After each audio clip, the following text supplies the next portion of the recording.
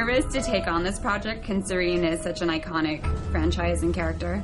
It certainly was a daunting task, and I certainly recognize how many diehard fans there are out there. I've kept them in mind. I think we all have, the studio and myself, the producers, when we made the movie. We made the movie for them as much as we've made it for a new audience. I was very, very aware of the legacy.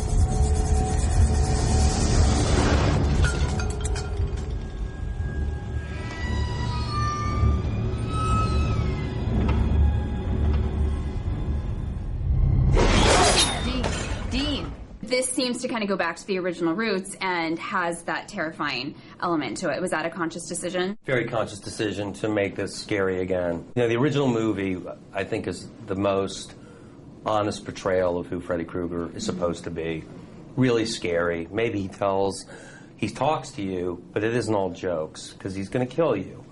And we've really, I think, gone back to the roots of what Freddy Krueger is and who he's supposed to be. And you know, I always say this isn't a remake, it's a reinvention.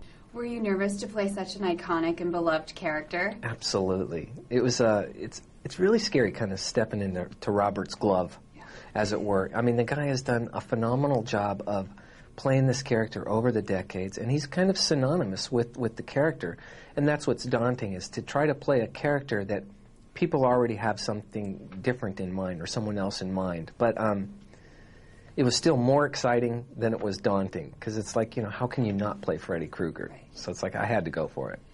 What was your interaction like with Jackie? Did you kind of keep away from him, or did you guys establish a relationship? I mean, we tried to in the beginning keep away from him, but he's such a nice guy, and, you know, we were working so hard and for so long that we kind of stopped doing that after a while. It's hard to avoid someone so nice. When you first saw yourself with the makeup and the wardrobe, what did you think?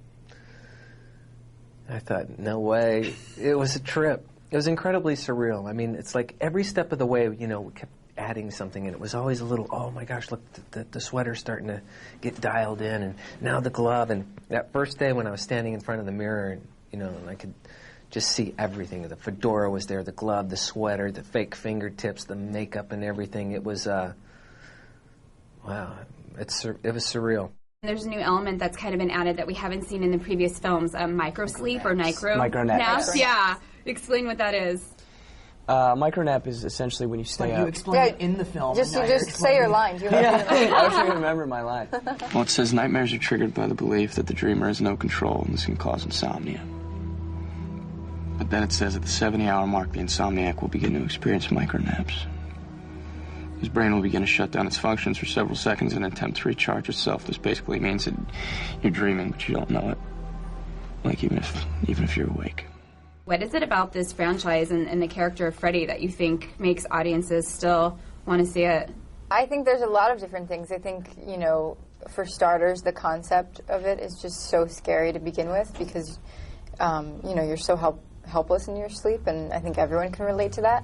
And then secondly, I think, you know, because the character of Freddy actually is a character, he has a voice, he has a personality, I think that also adds to the appeal. I think that when it comes to these campfire stories, you know, that he is one of the more compelling, you know, characters in the horror genre, especially of that group of films. And those are endearing and last, like the Halloweens and the Friday the 13th. But there was always, you know, Freddy Krueger to me always had the most dimensioned. He was always the most fully realized character. Well, the scariest thing I think about Freddy Krueger, and I think this is what other people relate to, is that, you know, we all dream, we all have nightmares, and that makes us a universal theme that exists in Nightmare on Elm Street that we can all relate to. There's not one nice or redeeming quality about Freddy. He's just a really cruel and evil guy. So do you have to like the characters you play, or did you try to find something about Freddy that you liked? Well, oddly, this is what's so fun about this genre, this horror genre. It's a real sick bit of twisted fun in our culture. People love Freddy. Explain that to me. I don't know. He scares me. I can't explain it. Yeah, but you know what's fun about this genre is that you love to giggle while he's scaring you.